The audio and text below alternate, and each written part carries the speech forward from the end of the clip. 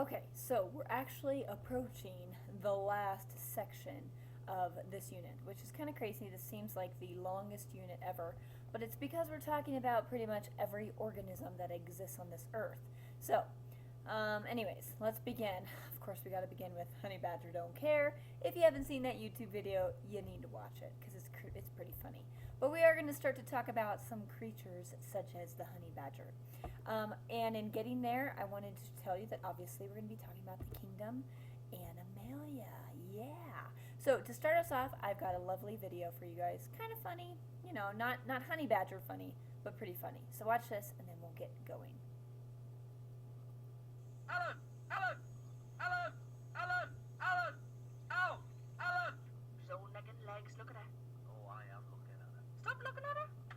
You just told me to look at her. Ow! Ow! Ow! Ow! That's right, me throat, that. John, I don't think we're allowed to wear. It's fine, just keep a lookout. What was that? That was me zip. Whoa! Where did all these come from? You know me, lads, I can't wee with an audience. Alan! Alan! Alan! Alan! Alan! Bear Grylls. Bear Grylls? What kind of a name's that? Are you an animal or a bit of an oven? I bet you went to private school, didn't you? With your mates Badger Hobbs and Gas Stove Squirrel. At the Copacabana, music and fashion is always the passion at the core. Hey, are you filming me in the bath? Get out! Oh wait a minute, I'm naked. You better not put it on YouTube. No, that's not Alan. Steve, that's Steve. Steve! Steve! Steve! Steve! Steve! Steve! Steve! Okay, kind of funny, kind of cheesy, but that's okay. So, we are going to talk about the Kingdom Anamalia, and there's a lot that's encompassed in this. So, 34 phyla to be exact in the kingdom. That's a lot, okay? Some of the kingdoms have just, you know, maybe 5, 6 phyla. Yeah, cool, but 34. Okay, animals are classified into into phyla based on several different criteria, which include body symmetry, which we'll get into, and then levels of organization, and we'll talk about that briefly as well. Kingdom Anamalia also are always multicellular, okay? Eukaryotic with no cell walls, meaning there are no plant cells in the Kingdom Anamalia, okay? Because they're in the Kingdom Plantae. And then they're heterotrophs, meaning they are always going to have to go and find their food. We don't make our food. No phyla, no organism in Kingdom Anamalia is able to actually make their own food. We consume. We're consumers. So we have to actually get our food from other sources. So some of the characteristics have a nervous system to respond to their environment. So, you know, we're kind of moving up in the world, so to speak. Not that, you know, not that anything, all the other kingdoms and phylas we've talked about are not important, but we're getting to be a little bit more specific. Okay, so locomotion relates to ability to attain food. So typically, all the Kingdom Anamalia, they move in order to capture food. Okay. Most animals develop from a zygote, which is a fertilized egg between an egg and a sperm. Okay, so let's go into the types of symmetry. I said that that was one of the things that is characteristic of the Kingdom Anamalia.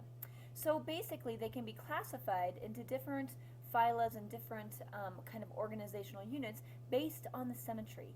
And symmetry, if you guys remember from math, which I loved symmetry because it was very easy to understand, was can you fold it in half? Okay, but there are different types of symmetry. So something that's known as asymmetry or asymmetrical, anytime you see the word or the letter A, that is basically meaning no or not, so no symmetry. So basically when we look at this here, this is symmetrical. You can fold it in half, there you go. Like, do you remember when you were like kids and you did all these crazy finger paints and then you put it on one side of the paper and you fold it and it turns into this really crazy little abstract art, okay? Well, that's symmetric. Asymmetric is you cannot break it in half. Okay, so take for instance this right here, these types of sponges and such are not symmetrical. Okay, you also have radial symmetry where it's basically circular shaped. Two identical halves result in no matter how it's cut. So an example would be something like this plant or this kind of a hydra where you could cut it all these different ways and it still ends up in two identical halves. That's radial symmetry. Bilateral symmetry is you have identical right and left halves, kind of like ourselves. We have bilateral symmetry, but you can cut this butterfly right down the middle and you're going to have identical left and right, as well as this Cretaceous Okay, so asking a question, you guys can't answer me right here, but you can answer in your heads. Which of these figures has bilateral symmetry and which has radial? Okay, so remember, bilateral, you have an equal right and a left part. So obviously that would be this one right here, okay, us. Then radial symmetry, you can cut it any which way, and you're going to get an exact replica of the other side. Okay, so that's radial symmetry right here. All right, so let's talk about triploblasty. You'll hear this and you'll see this in your text. And this is actually an important concept because triploblasty is basically how many different organisms in the Kingdom Anamalia are forming and then come to basically be these different parts of our bodies, okay? So, and I will speak mostly on the human part of it, so I'm gonna really refer to us. But we have 3 tissue layers right when basically fertilization occurs and you have that zygote. All of a sudden you start to develop these 3 different layers. You have the endoderm, you have the mesoderm, and the ectoderm. And if you can notice from this picture right here, the endoderm is the innermost layer, okay? The mesoderm is kind of this middle layer. Meso means middle, and ecto means outer, so the ectoderm. Derm meaning skin, okay? Which is interesting that some of this does actually form skin, but you'll see what happens here, okay? So the developmental characteristics, the gastrula, which is basically the gastrula is this ball of cells after fertilization. It's called a gastrula. So the ectoderm, remember the outermost layer, is the layer of cells on the outer surface of the gastrula. They grow and divide, developing into the skin and the nervous tissue, okay? So this happens with us. That ectoderm layer will start to differentiate and become very specific, and it becomes the skin and the nervous system. The endoderm, meaning the innermost layer, okay, so the cells lining the inner surface of the gastrula, develops into the lining of the animal's digestive tract. So, you know, think about it. That's very inner in our body. It's sometimes the innermost part of us is our digestive system. So that's what the endoderm develops into. And then the mesoderm is made up of 2 layers of cells lying between the ectoderm and the endoderm. This forms muscles, reproductive organs, circulatory vessels, and so forth. Okay, so each of those develops into something new. Okay, body cavities. I'm going to show you guys a picture of these in just a second. But when we talk about Kingdom Anamalia, we talk about body cavities, and this is the first time we see this. The coelomate shows the simplest of organization. They have 3 cell layers with a digestive tract, but no body cavities. An example of that would be your flatworms. Okay, so basically, it's a very simple form, simple, organism that basically has no body cavities, still has those 3 layers with a digestive tract. Okay. The pseudocoelomate have a fluid-filled body cavity, but doesn't develop from splitting the mesoderm layer. Okay, an example of that would be their roundworms that you see often. Flatworms we don't see as much, and I think I have a picture coming up. But then the coelomates, these have body cavities lined with mesoderm cells. Okay, an example would be humans. Again, there's tons of examples of each of these, but these are just one example of each. Okay, so here's kind of an example of each of these. You have a flatworm right here. Okay, this is the coelomate, okay, meaning there's no coelom, there's no body cavity yet. And you can see that there's still 3 different tissue layers depicted by the different colors, okay, the endoderm, the ectoderm, and the mesoderm. But that's about it, simple, okay. Then you have the pseudocoelom, where you still have a digestive tract, okay. You have those 3 layers, but now you have that muscle layer forming from the mesoderm, and you have basically a body cavity, okay?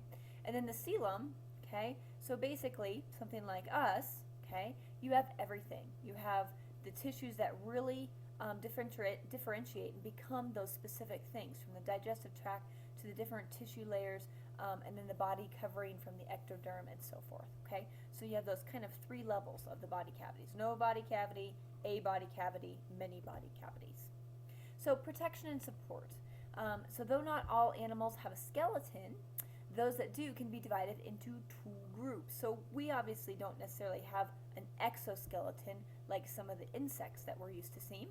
Okay, but those with an exoskeleton, exo meaning on the outside, so a skeleton on the outside. Wouldn't that be crazy if we had like our bones on the outside? It'd be kind of new, kind of cool. Okay, so a hard waxy coating on the outside of the body that protects internal organs, provides a framework. of support, and then also a place for muscle attachment. So exactly kind of what our bones do internally, but they do it on the outside, okay?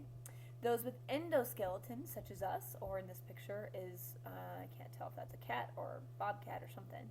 Okay, those with an endoskeleton support framework within the body, and it protects some organs and brace for muscles to pull against. Okay, so it's very important. Our endoskeletons within us, our skeletal system, allows us to actually move because muscles pull on it from the inside, okay, and allow our arms to move because of all those pulling. Okay, and then segmented bodies. So you're going to hear this a lot, obviously, especially when we talk about the insects. Okay, they have head, thorax, and abdomen. Allows them to special certain body sections for antennae, eyes, claws, or other structures. So you'll see that when you get into a little bit more depth of the insects, you'll have the head, the thorax, and the abdomen. So the levels of organization, I wanted to kind of briefly go through this because this is important, and we'll actually touch on this again when we go into the animal organization unit coming up. Okay, so in all, pretty much in this goes for plants, this goes for a lot of different organizations and organisms, but especially for Kingdom Anamalia, we start with the smallest thing, atoms, okay? We are made up of trillions of atoms because really everything is made up of atoms. The table that your computer's sitting on and, you know, the bowl that holds your cereal, all of those are made up of atoms, okay? When you put more than one atom together, you have a molecule.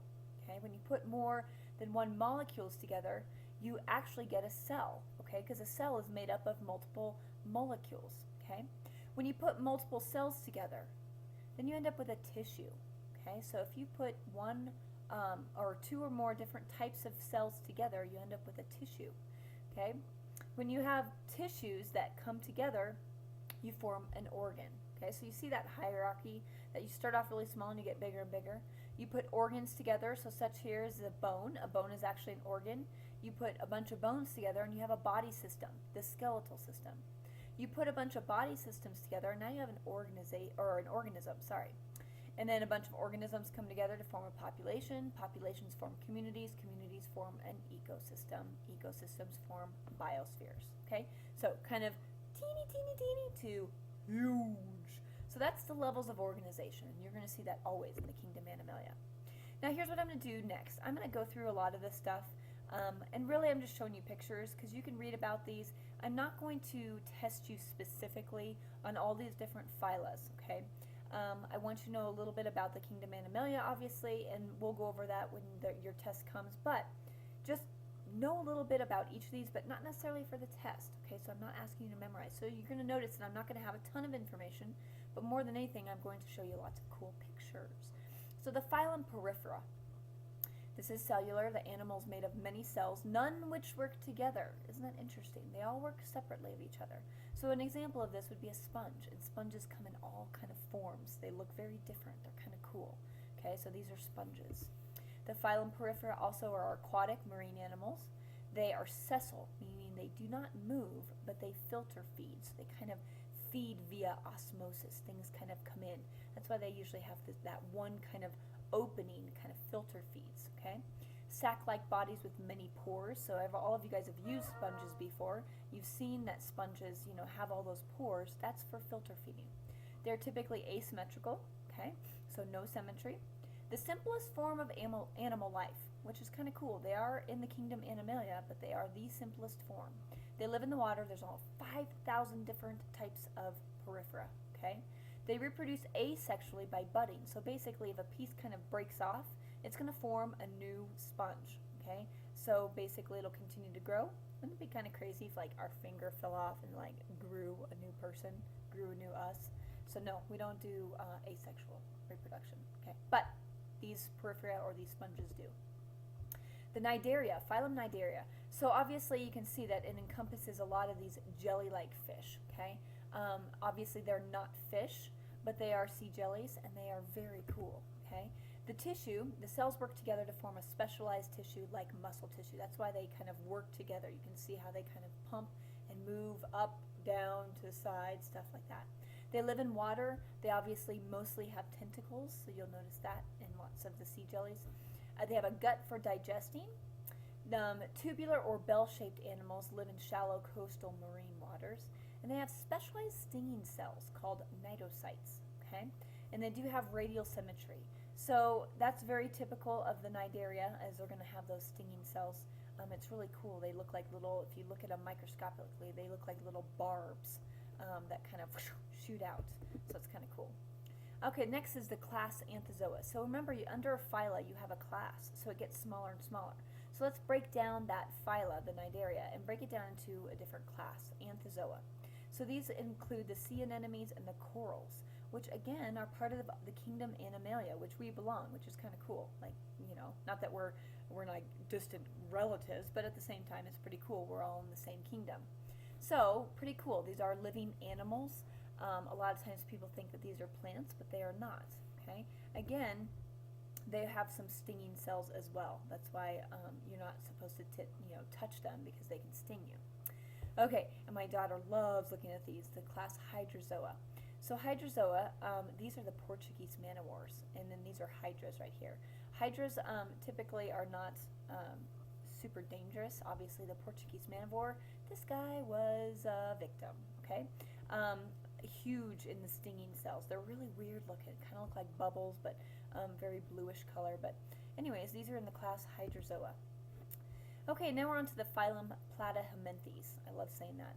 And these are really cool. Flatworms can be really pretty, actually. Here's kind of your basic, they almost look like a cartoon. Look at the little tiny eyes there. But some of these flatworms can be really pretty, especially some of the ones that you would find in the sea, underwater. They typically live in the water anyways, but some of them are really cool looking. So remember, those are very, very much kind of a basic no body cavity kind of a organism.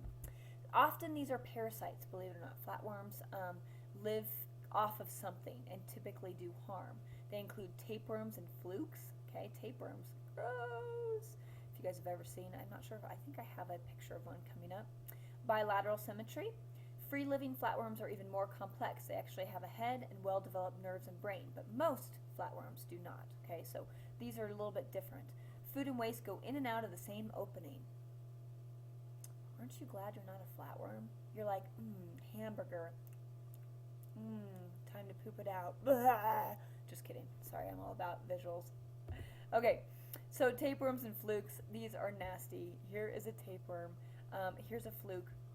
But basically, a tapeworm can obviously put it, grasp on to things, especially in your stomach, and feed off of your stomach and just grow and grow and grow.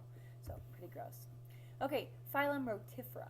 These include the rotifers. Okay, these are abundant in freshwater and they're really cool. They're almost translucent, but this little thing right here, it kind of spins around, and basically it'll move, and it's kind of this cool movement. So anyways, the Phylum Rotifera includes those. Not a lot to say about those other than they live in fresh water and they kind of do their thing. They're not harmful or anything. Phylum Mollusca, that obviously is the octopi, octopus, and then the squids. Okay, so that's the mollusca. Also, I forgot snails too. So the Phylum Mollusca have three-part body planes: the visceral mass, mantle, and the foot. So they include clams and oysters, which are called bivalves, okay? But also cephalopods, which are squids, snails, which are called gastropods, and octopi.